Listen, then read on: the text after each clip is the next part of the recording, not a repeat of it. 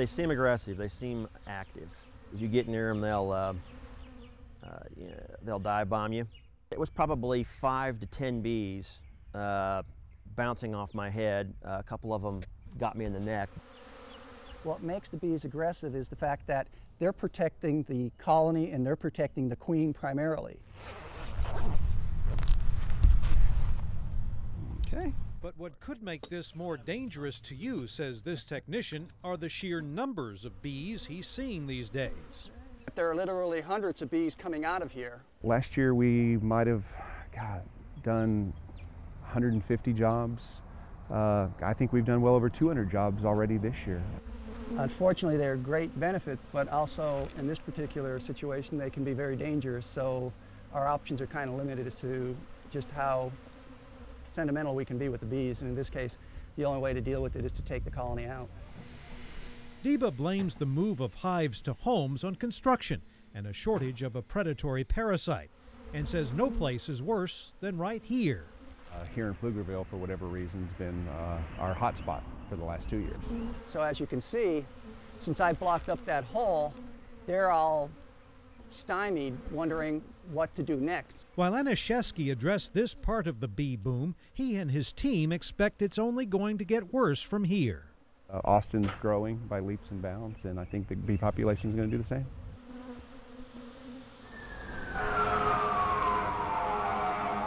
When flames erupted at the Georgian Apartments, firefighters knew it would be massive. A fire so big the on-site hydrants would not be enough. They as much told us that at the scene. We've actually had to go out and move out 3 and 4 blocks with our fire engines to go ahead and get larger water mains. The water pipes leading to the on-site hydrants are roughly 6 inches in diameter. Adequate, but not enough for a fire this big. We had some water supply issues as we were setting up our master streams. 3 blocks away, the pipes are 42 inches in diameter, which meant hundreds of feet of fire hose had to be run several blocks away. Firefighters instinctively sprang into action, and for some reason, so did resident Etienne Lucas. People losing everything right now, so hell, you gotta help them out. You'd be wrong not to. That's him in the black tank top, running the fire hose to the hydrants as fast as he can. He is not a firefighter. He says he just couldn't bear to watch people's lives go up in smoke. So when he realized firefighters were running the hose, he didn't ask, he just reacted and tried to help. I'm trying to save my building getting burnt down. The little stuff that we do have left, hell, it's gonna be gone. My girl, she from Louisiana and everything, so it's like we ain't got much as it is. No need to lose the last that you do have. Firefighters do not allow on-the-spot volunteers, but admittedly, the scene was chaotic, and their goal was accomplished. Our firefighters right now are flowing upwards of 10,000 gallons a minute. God give, God take it away, but at the same time, give back, Lord. So at the same time, you got to do something to give to receive. So hopefully God will bless me. All these people are in heaven, Alina. As the Hamlins walk Alina through the memorial at Camp Casey, another family on the other side of the street is busy with its own mission. We are Operation Yellow Ribbon. Susan Norman and her granddaughter Elena show their support for the troops by decorating downtowns across the country. Today, they're in Crawford. We're here to support and to stay here through this weekend to support our president and to support these mothers of Marines who are coming here to honor their fallen heroes. For 12-year-old Elena, Operation Yellow Ribbon has been fun, but also important. The troops in the military go over and risk their lives for us, and it's nice to show some support for them. Across the way, the Hamlins are showing support in their own way, introducing 3-year-old Elena to pain of war and loss. These are people's children, and I just can't imagine losing her to something that you don't even know what it's for. The horse, who's in charge of the horses? In the meantime, the ground search has started up again. Basically, we're going to do roads up one side and back down the other. Leo Delaney. Leo. More than 100 volunteers get their marching orders. Everybody's seen the picture? Okay, this is who we're looking for. With instructions to search every square foot of the area they're assigned. Each volunteer has a different reason for searching. We're going to go right down the road. Many don't even know Rachel Cook. I feel like the area has been violated. I don't like that idea. I'm going to do what I can. And what I can is to obey the orders of these people here. Try to concentrate on the ground. Just about every day, 90-year-old Allie Wright takes a seat on his vehicle of choice and goes about his business in Buda. Wright is affectionately known as the Lawnmower Man. I go all over, come across the highway, they don't bother me. The noisy sound of Wright's riding lawnmower is familiar.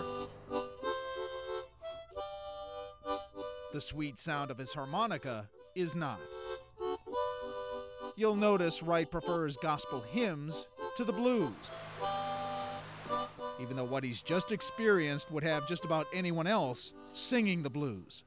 And sparks up in yonder, it was falling down. Wright showed me where a recent fire had burned through the roof of his tiny century-old house. Many marveled at how well he accepted the fate the fire brought with it. He never showed any emotion. He just went to bed that night, slept good, had a smile on his face the next day. So if we all could be like that when troubles hit, that'd be great. My feet is awful sore. But during our visit, it was clear by the look in his eyes, Wright felt wronged by the reality that the only home he had ever known was now gone. I lost everything.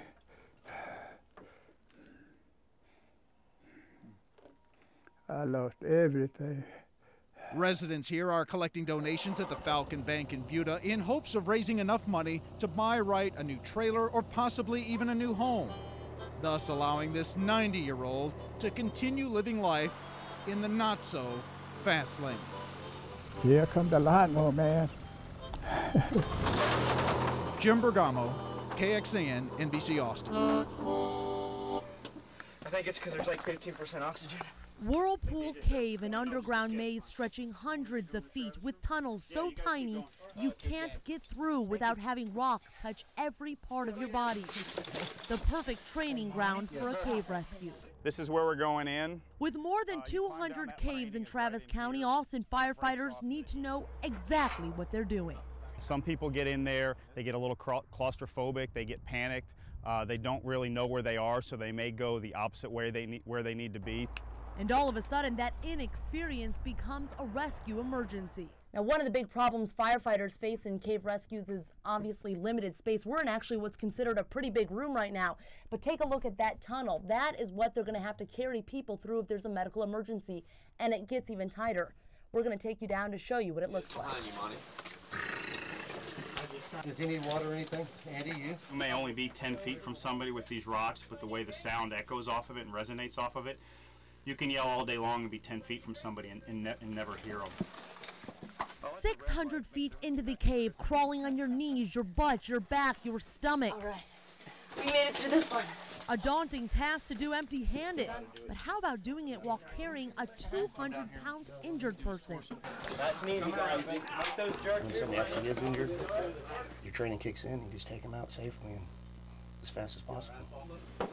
And in this case, the fastest way out of the rocky tunnels, firefighters lying on their backs and passing the victim's body over them all the way to the top.